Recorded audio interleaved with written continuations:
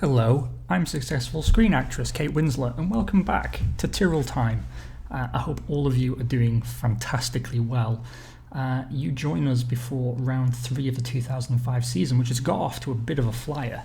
As you can see, 2 wins under our belts, 20 points for Shinji Nakano. The only problem has been Dario Loretti, who has shown flashes of genuine pace.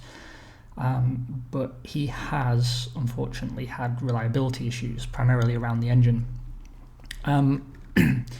So what have we done since we were last on? Because I actually have a failed take at the start of this episode, so let me talk you through what's happened. I've run testing. As you can see, we have our own specification of the hard tyre available now. The soft still requires some work, and I've just ordered a new intermediate tyre, which is a significant step up from the ones we have currently. Likewise, we still have a lot of work to do on our wet tyres, which are awful. But given that we use intermediates more often than wets, I thought I'd get that out of the way. Additionally, we have ordered a new specification of race fuel, which adds 1 to power and 1 to engine tolerance. Engine tolerance seemingly quite important for us. In terms of sponsors, unfortunately, not a lot going on right now.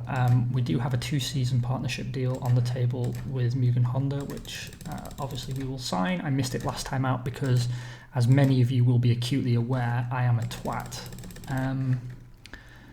We're now talking to Shell, of course. HSBC, we've had some movement on the deal. PlayStation, we have already signed.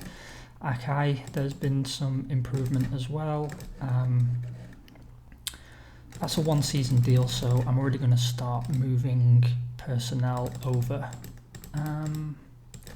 Korean Air is only 1 season.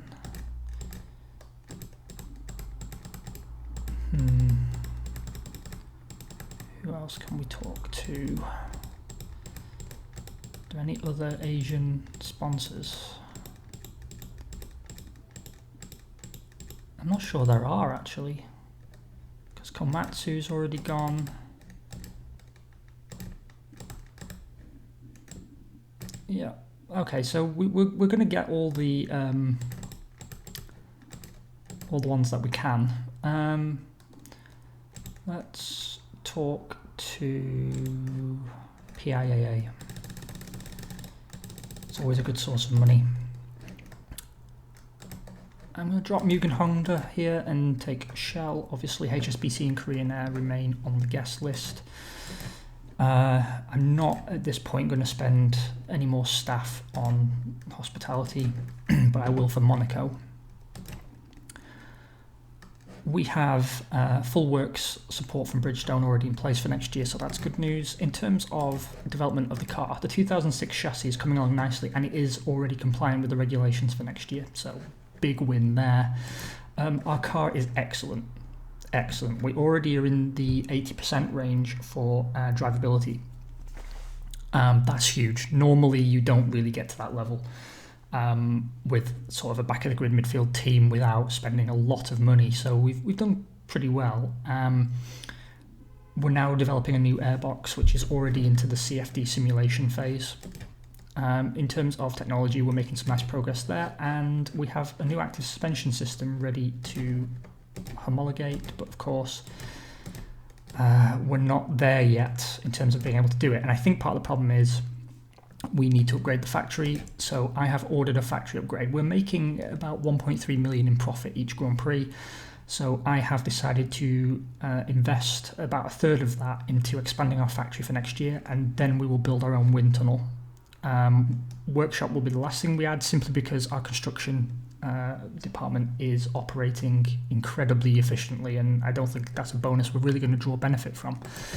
But instead of hiring a 1-star wind tunnel, we'll have a 5-star wind tunnel, which will definitely aid development and help us maintain our period of dominance. The only other problem that we have is our head of commercial, who is still not keen on signing a deal with us. Stefano Domenicali also wants 6%. We may have to take a trade down, but I think I can be okay with that.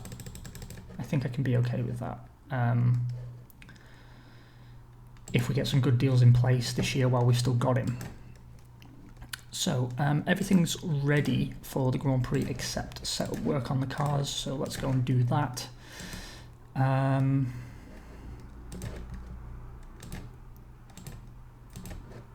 think that's probably a good setup. And we have a new engine. Yeah, there we go, with more power. We have new fuel. And we have a new hard tyre and a new wet tyre.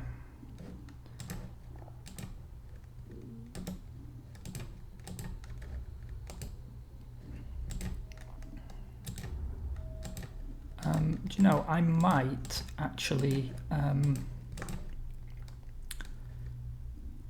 no, I'm going to keep him on the softs. I'm going to keep him on the softs. I was going to put them both on the hard tyre, but no, I'll keep him on the softs. Okay, 21 degrees and very dry for qualifying in Argentina. Let's see what we can achieve.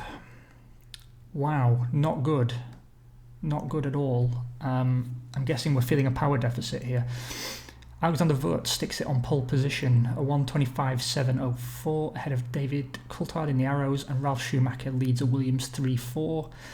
Hakkinen puts it P5 ahead of Olivier Panis's Arrows, and then we're outqualified by both Benettons for the first time. Tanaka outqualifying Esteban Tuero, and then Nakano and Dario Loretti very, very evenly matched. So I don't know what happened there, but something about this circuit does not suit our car at all. 22 degrees dry with a strong wind for the Grand Prix itself. In terms of strategy, we know what to do. Lap 36.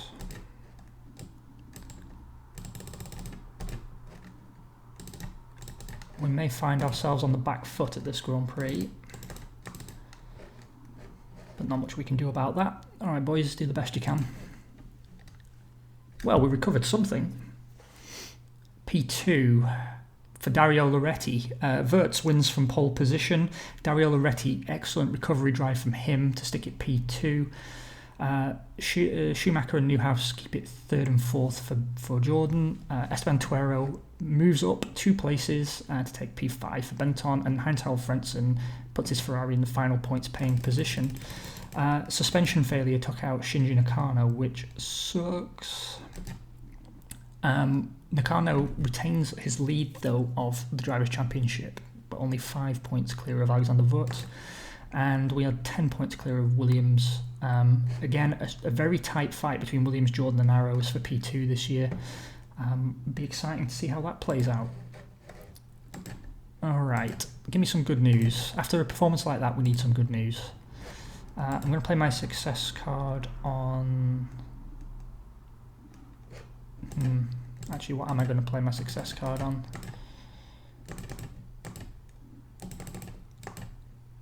Shell, I think. Let's do that. Okay, still making a very, very healthy profit. Big, big profit, which is pleasing to me. We still need to tie up this deal. Let's try... He wants more than 6%. See, I don't even like breaking 5%, to be honest with you. It's not a line I really want to go across. Giving away 6% of all the sponsors that we sign, that's way too much. Any big news? Jan Magnussen's moving to Ferrari and Olivier Panis moving to Sauber. That's a bad move for Panis. Other than that, not a huge amount going on. Let's see what's going on in the design office. CFD simulation phase is complete, so we're on to the model development for next year's car. Likewise, model development now for the airbox. technology improvements are there. Let's stick some more reliability on our suspension, since that's what took us out of the last Grand Prix. And no real progress on the active suspension system just yet.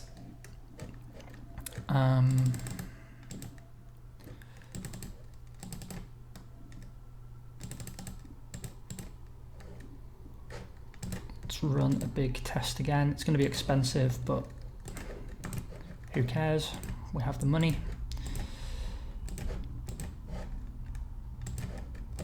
Let's do that, and then obviously improve our fuel again. And then for tyres, we really do have to invest in the wets. It's just not okay that they're that bad. We will need them at some point. No engine upgrades, obviously, because we're tied into this partnership deal with Mugen Honda, and they are not particularly generous with upgrades. We have some repairs to perform and some wear to remove. Now, what we really need is a good, clean finish for both cars. I think keeping Loretti on the soft compound tyre is making sense, because it enables him to qualify comparably to his teammate on occasions, and it seems running the car lighter makes it easier for him to drive. I'm just surprised we're having the reliability problems that we're having. And obviously reliability issues were much more common back in the day, but still, this is a car that, according to its stats, should be fairly bulletproof, so we're having some real bad luck in that regard. In terms of staffing, is there anything we can do here? Yeah, we can hire some more commercial guys. Yeah, okay, that's all fine. Haven't decided on a test driver for next year, but I don't think we're in any rush to do that, so why don't we press onwards and upwards?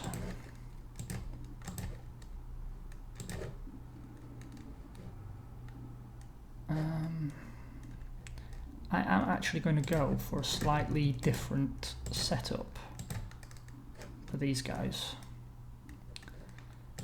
and I'll tell you why.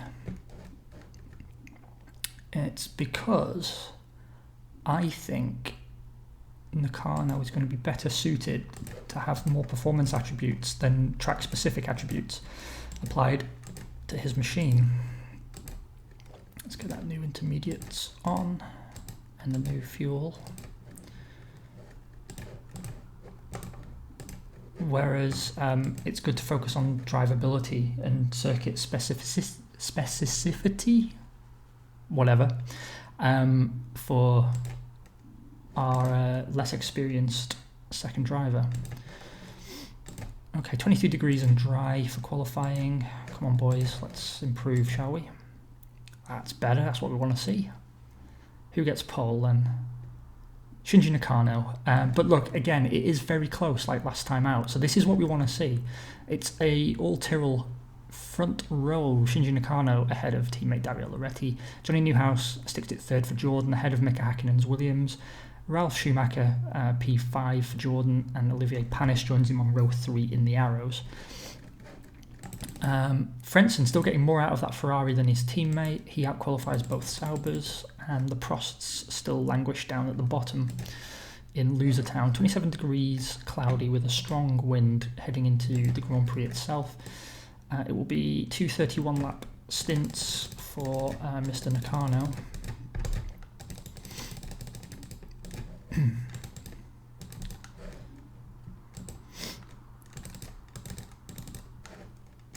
Okay. Gives me points, please, and podiums.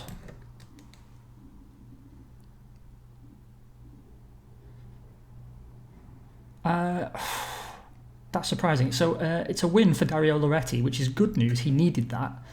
But what has happened to Nakano?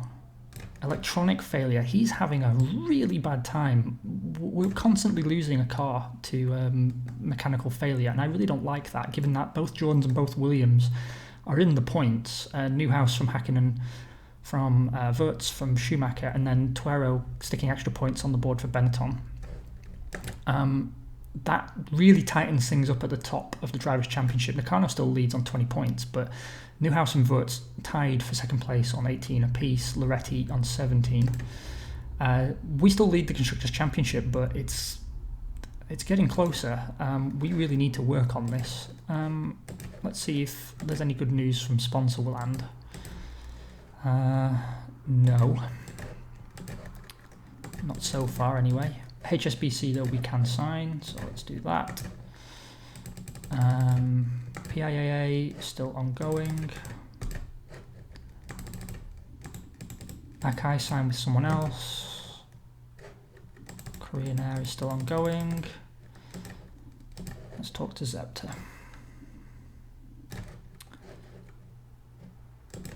Okay, guys, sorry it's a short episode today, but thank you so much for joining me as ever. I love each and every one of you like you were my children. Take care of yourselves, have a great end of the week, and we'll talk again soon. Bye-bye.